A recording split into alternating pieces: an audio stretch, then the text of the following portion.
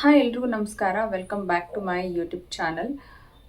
ಈಗ ಸ್ವಲ್ಪ ಹೊತ್ತಲ್ಲಿ ನಾನು ಎದ್ದು ಫ್ರೆಶ್ ಅಪ್ ಆಗಿ ರೆಡಿಯಾಗಿ ಬಂದು ಕೂತ್ಕೊಂಡಿದ್ದೀನಿ. ಯಾವಾಗಲೇ ಯೂಟ್ಯೂಬ್ ವಿಡಿಯೋ ಸ್ಟಾರ್ಟ್ ಮಾಡಿದ್ರು ಏನಾದರೂ ಒಂದು ಆ ಕಡೆ ಈ ಕಡೆ ಸೌಂಡ್ ಆಗ್ತಾನೆ ಇರುತ್ತೆ. ಬಿಕಾಸ್ ನಾನು ಸ್ವಲ್ಪ ದಿನಗಳ ಹಿಂದೆನೇ ನಿಮಗೆ ಹೇಳಿದ್ದೆ, ನಮ್ಮ ಮನೆ ಎದುರುಗಡೆ ಪಾರ್ಕ್ ಇದೆ, ಹಾಗಾಗಿ ಪಕ್ಷಿಗಳ ಸೌಂಡ್ ಅಂತ ನಿಮ್ಗೆ ಅವಾಗ ಕೇಳಿಸ್ತಾನೆ ಇರುತ್ತೆ ಅಂತ. ಹಾಗೆ ಇಲ್ಲಿ ಓಡಾಡೋ ವೆಹಿಕಲ್ಸ್ ಕೂಡ ತುಂಬಾ ಜಾಸ್ತಿ ಇದೆ, ಹಾಗಾಗಿ ನಿಮಗೆ ವೆಹಿಕಲ್ ಸೌಂಡ್ ಕೂಡ ಕೇಳಿಸ್ತಾನೆ ಇರುತ್ತೆ. ಜೊತೆಗೆ ಕುಕ್ಕರ್ ವಿಸಲ್ಲು, ಆಮೇಲಿಂದ ಮಿಕ್ಸಿ ಸೌಂಡು, ಅಕ್ಕಪಕ್ಕದ ಮನೆಯದು ಅದೆಲ್ಲ ಕೇಳಿಸ್ತಾನೆ ಇರುತ್ತೆ. ನಾನು ಯಾವಾಗೇ ವಿಡಿಯೋ ಸ್ಟಾರ್ಟ್ ಮಾಡಿದ್ರು ಏನಾದರೂ ಒಂದು ಈ ಥರ ಆಗೇ ಆಗುತ್ತೆ. ಅದು ಬಿಟ್ಟರೆ ಬೇರೆ ರೂಮ್ಗೆ ಹೋಗಿ ಯೂಟ್ಯೂಬ್ ವಿಡಿಯೋ ಮಾಡೋಣ ಅಂದರೆ ಮನೇಲಿ ಇನ್ನೂ ಸ್ವಲ್ಪ ಜನ ಮಲಗಿದ್ದಾರೆ. ಸೊ ಹಾಗಾಗಿ ನಾನು ಹೀಗೆ ವಿಡಿಯೋ ಮಾಡ್ತಾ ಇದ್ದೀನಿ. ಇವತ್ತು ಸಂಡೇ ಆಗಿರೋದ್ರಿಂದ ಸ್ವಲ್ಪ ಲೇಟಾಗಿ ಎದ್ದಿದ್ದೀನಿ, ಹಾಗಾಗಿ ನಾನು ಇವಾಗ ವಿಡಿಯೋ ಮಾಡೋದಕ್ಕೆ ಸ್ಟಾರ್ಟ್ ಮಾಡ್ತಾ ಇದ್ದೀನಿ. ಆಲ್ಮೋಸ್ಟ್ ಒಂದು 11 o'clock ಆಗಿದೆ. ಮಾರ್ನಿಂಗ್ ರೊಟೀನಲ್ಲಿ ನಾನು ಕೂಡ ಬಿಸಿನೀರಿಗೆ ಸ್ವಲ್ಪ ನಿಂಬೆಹಣ್ಣು ಹಿಂಡ್ಕೊಂಡು ಕುಡಿತೀನಿ. ಬಟ್ ಇವತ್ತು ಅದನ್ನು ಕುಡಿಯೋದಕ್ಕೂ ನನಗೆ ಮನಸ್ಸಿಲ್ಲ. ಎದ್ಬಿಟ್ಟು ಸುಮ್ಮನೆ ಕೂತಿದ್ದೀನಿ ಅಷ್ಟೇ, ರೆಡಿ ಆಗಿಬಿಟ್ಟು. ಎಲ್ಲಾದರೂ ಆಚೆ ಹೋಗಬೇಕು ಅಂತ ಅಂದ್ಕೊಂಡಿದ್ದೀನಿ, ಬಟ್ ಆಚೆ ಹೋಗೋದಕ್ಕೆ ಯಾರೂ ನನ್ನ ಜೊತೆ ಬರ್ತಾ ಇಲ್ಲ. ಹಾಗಾಗಿ ಒಬ್ಬಳೇ ಹೋಗೋದಕ್ಕೆ ಮನಸ್ಸಿಲ್ಲ. ಅದಕ್ಕೆ ಸುಮ್ಮನೆ ಇಲ್ಲೇ ಕೂತ್ಕೊಂಡು ಯೋಚನೆ ಮಾಡ್ತಿದ್ದೆ, ಎಲ್ಲೂ ಹೋಗ್ಬೋದು, ಹೆಂಗೆ ಕರ್ಕೊಂಡು ಹೋಗ್ಬೋದು, ಇನ್ನೂ ಯಾವಾಗ ಎದ್ದೇಳ್ತಾರೆ ಅಂತ. ಬಟ್ ಯಾರು ಬರೋ ಅಂಥ ಮೂಡಲ್ಲಿ ಇಲ್ಲ ಸದ್ಯಕ್ಕೆ. ನೋಡೋಣ ಏನಾಗುತ್ತೆ ಅಂತ. ಮನೆಯಿಂದ ಆಚೆ ಎಲ್ಲಾದರೂ ಹೊರಗಡೆ ಓಡಾಡ್ಕೊಂಬರೋಣ ಅಂದರೆ ಯಾರೂ ಬರ್ತಾ ಇಲ್ಲ. ಸುಮ್ಮನೆ ಇಲ್ಲಿ ಆಚೆ ಬಂದು ಕೂತ್ಕೊಂಡಿದ್ದೀನಿ. ಸುಮ್ಮನೆ ಆಚೆ ನೋಡೋಣ ಅಂತ ಬಂದೆ ಹೇಗಿದೆ ಅಂತ. ತುಂಬ ಬಿಸಿಲಾಗೋಗ್ಬಿಟ್ಟಿದೆ. ಒಳಗಡೆ ಆ್ಯಕ್ಚುಲಿ ತುಂಬ ಬೋರ್ ಆಗ್ತಿತ್ತು ಅಂತ ನಾನು ಆಚೆ ಬಂದೆ. ಹಾಗಾಗಿ ಸುಮ್ಮನೆ ಇಲ್ಲೇ ಬಾಲ್ಕನಿಯಲ್ಲಿ ಬಂದು ಕೂತ್ಕೊಂಡಿದ್ದೀನಿ. ಆಚೆ ಸುಮ್ಮನೆ ವಾತಾವರಣ ನೋಡ್ತಿದ್ರೆ ಸ್ವಲ್ಪ ಬೋರ್ ಆಗೋದೆಲ್ಲ ಕಡಿಮೆ ಆಗುತ್ತೆ ಅಂತ ನಾನು ಇಲ್ಲಿ ಬಂದು ಕೂತ್ಕೊಂಡಿದ್ದೀನಿ. ಮೋಸ್ಟ್ ಆಫ್ ದಿ ಟೈಮ್ಸ್ ನಾನು ಈವ್ನಿಂಗ್ ಟೈಮ್ಸ್ ಇಲ್ಲಿಗೆ ಬಂದು ಕೂತ್ಕೊಳ್ತೀನಿ. ಚೆನ್ನಾಗಿರುತ್ತೆ. ಮಳೆ ಎಲ್ಲ ಬಂದಾಗ ಇಲ್ಲಿಂದ ನೋಡೋದಕ್ಕೆ ವ್ಯೂ ತುಂಬ ಚೆನ್ನಾಗಿರುತ್ತೆ. ಅಂದರೆ ವ್ಯೂ ಅಂದರೆ ಅಕ್ಕಪಕ್ಕದಲ್ಲಿ ಮನೆಗಳೇ ಕಾಣುತ್ತೆ, ಅಂತ ಏನು ಮರ ಗಿಡಗಳು ಕಾಣಲ್ಲ. ಮರ ಗಿಡಗಳು ಕಾಣಬೇಕು ಅಂದರೆ ಮನೆ ಮುಂದೆ ಹೋಗ್ಬೇಕು. ಇದು ಮನೆ ಹಿಂದೆ ಬ್ಯಾಕ್ ಸೈಡಲ್ಲಿ ನಾನು ಬಂದು ಕೂತ್ಕೊಂಡಿರೋದು. ಸುಮ್ಮನೆ ಒಂದು 5-10 ನಿಮಿಷ ಇಲ್ಲಿ ಕೂತ್ಕೊಂಡು ಹೋಗೋಣ ಅಂತ ಬಂದೆ. ಚೆನ್ನಾಗಿರುತ್ತೆ. ಇಲ್ಲೂ ಆ್ಯಕ್ಚುಲಿ ತಂಪಾಗಿ ಗಾಳಿ ಬೀಸುತ್ತೆ, ಹಾಗಾಗಿ ಒಂಥರ ಚೆನ್ನಾಗಿರುತ್ತೆ. ತೋರಿಸ್ತೀನಿ ವ್ಯೂ ಹೇಗೆ ಕಾಣುತ್ತೆ ಅಂತ. ಮನೆ ಹಿಂದೆ ಈ ಥರ ಕಾಣಿಸುತ್ತೆ. ಇಲ್ಲಿ ಬೇರೆ ಯಾರ್ದೋ ಇನ್ನೊಬ್ರು ಮನೆ ಇದೆ. ನಾನು ಆ್ಯಕ್ಚುಲಿ ಟೆರೆಸ್ ಮೇಲಿಂದ ನಿಮಗೊಂದು ಮರ ತೋರಿಸಿದ್ದೆ, ಇಲ್ಲಿ ಗಿಣಿ ಮರಿಗಳೆಲ್ಲ ಬಂದು ಕೂತ್ಕೊಳ್ಳುತ್ತೆ ಅಂತ. ಅದು ಇದೇ ಮರ. ಜೊತೆಗೆ ಇಲ್ಲೊಂದು ತೆಂಗಿನ ಮರ ಕೂಡ ಇದೆ.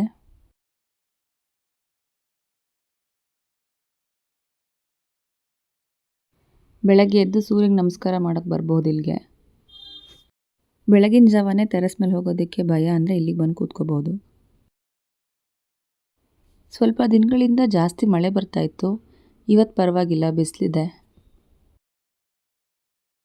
ಇದು ಆ್ಯಕ್ಚುಲಿ ಇದೆಲ್ಲ ಪ್ಯಾಸೇಜಲ್ಲಿ ಇಟ್ಟಿರೋ ಗಿಡಗಳು. ನಾನು ಒಂದ್ಸರಿ ನಿಮಗೆ ಪ್ಲ್ಯಾಂಟ್ ಟೂರ್ ಮಾಡಿದ್ನಲ್ಲ, ಅವಾಗ ತೋರಿಸಿದ್ದೆ. ಇದು ಯಾವುದೋ ಒಂದು ಗಿಡ ನೋಡಿ ಒಣಗೋಗ್ಬಿಟ್ಟಿದೆ. ತುಂಬ ಜಾಸ್ತಿ ನೀರು ಹಾಕಿದ್ದಕ್ಕೆ ಹೊರಟೋಯ್ತು ಏನೋ ಗೊತ್ತಿಲ್ಲ, ಬಿಕಾಸ್ ಮಳೆ ಅಲ್ವಾ. ಈ ಗಿಡ ನೋಡಿದ್ರೇ ಬೇಜಾರಾಗುತ್ತೆ, ಒಣಗೋಗ್ಬಿಟ್ಟಿದೆ. ಇದು 2 ಗಿಡ ಮಾತ್ರ ಸ್ವಲ್ಪ ಸೇಫ್ ಆಗಿರೋದು ಅಂದರೆ ಬಿಕಾಸ್ ಇದು ಮನೆ ಒಳಗಡೆ ಇದೆ, ಹಾಗಾಗಿ ಜಾಸ್ತಿ ನೀರು ಹಾಕೋದಿಲ್ಲ. ಎಷ್ಟು ಬೇಕೋ ಅಷ್ಟು ನೀರು ಹಾಕ್ತೀವಲ್ಲ, ಹಾಗಾಗಿ ಇವೆರಡು ಗಿಡ ಮಾತ್ರ ಚೆನ್ನಾಗಿದೆ. ಮಿಕ್ಕಿದ್ದೆಲ್ಲ ಜಾಸ್ತಿ ನೀರು ಹಾಕಿರೋದ್ರಿಂದ ಸುಮಾರು ಗಿಡಗಳು ಹೊರಟೋಗಿದೆ.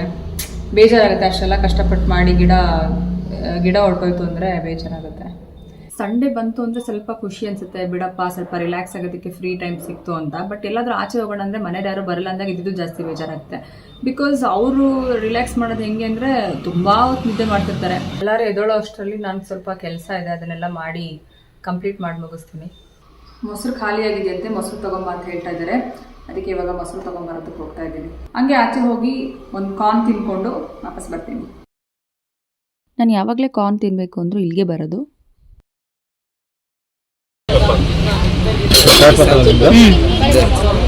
ಮೀಡಿಯಂ 30 ರೂಪೀಸ್ ಅಂತ.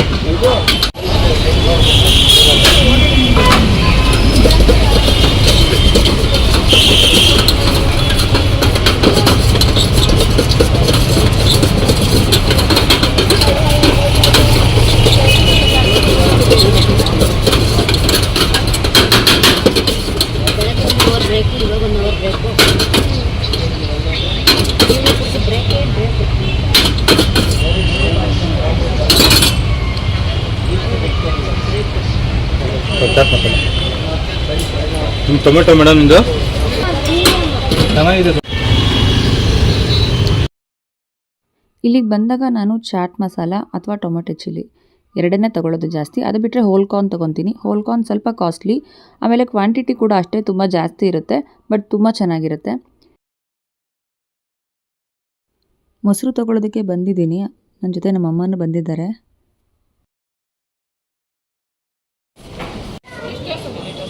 $139. ಟೊಮ್ಯಾಟೊ ಬೆಲೆ ಜಾಸ್ತಿ ಆಗೋಗ್ಬಿಟ್ಟಿದೆ. ಯೂಶ್ವಲಿ ತರಕಾರಿ ಆಗಿರಬಹುದು ಅಥವಾ ಹಣ್ಣುಗಳಾಗಿರಬಹುದು, ನಾವು ಯಾವಾಗಲೂ ಮಾರ್ಕೆಟಿಂದನೇ ತೊಗೊಂಬರೋದು. ಬಟ್ ನಮ್ಮಮ್ಮ ಇವತ್ತು ಯಾವುದೋ ಹೊಸ ರೆಸಿಪಿ ಟ್ರೈ ಮಾಡ್ತಿದ್ದಾರೆ.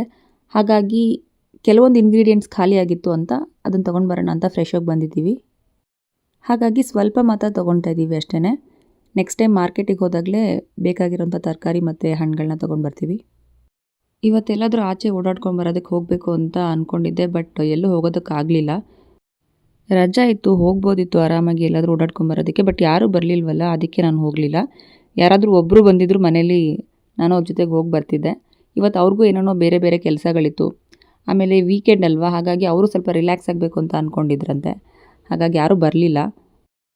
ಒಬ್ಬಳೇ ಹೋಗೋಕ್ಕೆ ಬೇಜಾರಾಗುತ್ತೆ ನನಗೆ, ಅದಕ್ಕೆ ಯಾರ ಜೊತೆಗಾದರೂ ಹೋಗಬೇಕು ಅಂತ ಅಂದ್ಕೊಂಡೆ. ಬಟ್ ಇವ್ರು ಯಾರೂ ಬರಲಿಲ್ವಲ್ಲ, ಹಾಗಾಗಿ ಹೋಗೋ ಪ್ಲ್ಯಾನ್ನ ಕ್ಯಾನ್ಸಲ್ ಮಾಡಿದೆ.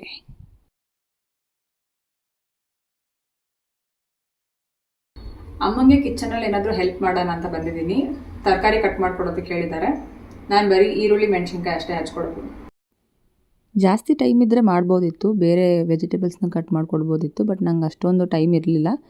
ಆದರೂ ಸ್ವಲ್ಪ ಏನಾದರೂ ಹೆಲ್ಪ್ ಮಾಡೋಣ ಅಂತ ಬಂದೆ. ಹಾಗಾಗಿ ಬರೀ ಈರುಳ್ಳಿ ಮತ್ತು ಮೆಣಸಿನ್ಕಾಯಿ ಅಷ್ಟೇ ಕಟ್ ಮಾಡ್ತಿರೋದು. ನನಗೇನಾದರೂ ಕೆಲಸ ಇರೋವಾಗಲೇ ಏನಾದರೂ ಕೆಲಸ ಹೇಳ್ತಾರೆ. ನಾನು ಫ್ರೀಯಾಗಿರೋವಾಗ ಯಾರು ಏನೂ ಕೆಲಸ ಹೇಳಲ್ಲ. ಆವಾಗ ಅವರು ಆರಾಮಾಗಿ ಕೂತ್ಕೊಂಡಿರ್ತಾರೆ. ಅದೇ ಪ್ರಾಬ್ಲಮ್. ಇಷ್ಟು ಈರುಳ್ಳಿ ಸಿಪ್ಪೆ ಎಲ್ಲ ಸುಲ್ಕೊಳ್ತಾ ಇದ್ದೀನಿ. ಇದು ಈರುಳ್ಳಿ ಸಿಪ್ಪೆ ಎಷ್ಟು ಹಂಗೆ ಸ್ಟಿಕ್ ಆದಂಗೆ ಆಗ್ಬಿಟ್ಟಿದೆ ಅಂದರೆ ಈರುಳ್ಳಿಗೆ ಎಷ್ಟು ತೆಗೆದ್ರೂ ಬರ್ತಾನೆ ಇಲ್ಲ ಇದು. ನೋಡಿ ಹಾಗೆ ಸ್ಟಿಕ್ ಆಗೋಗ್ಬಿಟ್ಟಿದೆ ಈರುಳ್ಳಿ ಸಿಪ್ಪೆ. ಈಗ ಬಂತು ಫೈನಲಿ ಬಂತು. ತುಂಬ ಚಿಕ್ಕ ಚಿಕ್ಕದಾಗಿ ಏನು ಹೆಚ್ಚೋದು ಬೇಡ ಅಂತ ಹೇಳಿದ್ದಾರೆ. ಹಾಗಾಗಿ ಸ್ವಲ್ಪ ಮೀಡಿಯಮ್ ಸೈಜಲ್ಲೇ ಕಟ್ ಮಾಡ್ತಾ ಇದ್ದೀನಿ. ಅಡುಗೆ ಮನೇಲಿ ನಾನು ಇಷ್ಟೇ ಮಾಡೋದು, ತರಕಾರಿ ಕಟ್ ಮಾಡಿಕೊಡೋದು, ಆ ಥರ ಸಣ್ಣ ಪುಟ್ಟ ಹೆಲ್ಪ್ ಮಾತ್ರ ಮಾಡ್ತೀನಿ.